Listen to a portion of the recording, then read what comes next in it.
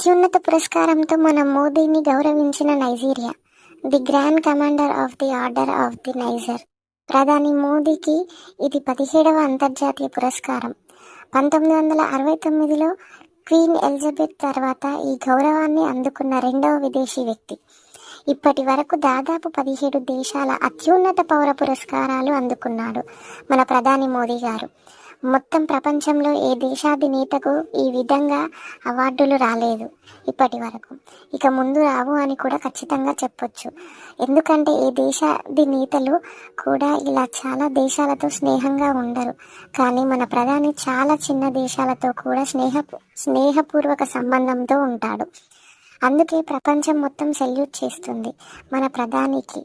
కానీ ఇక్కడ కొందరికి ఇంకా మోదీ విలువ తెలియట్లేదు. ఎంతసేపు బీజేపీ అంటే ఒక పార్టీలాగా చూస్తున్నారు. కానీ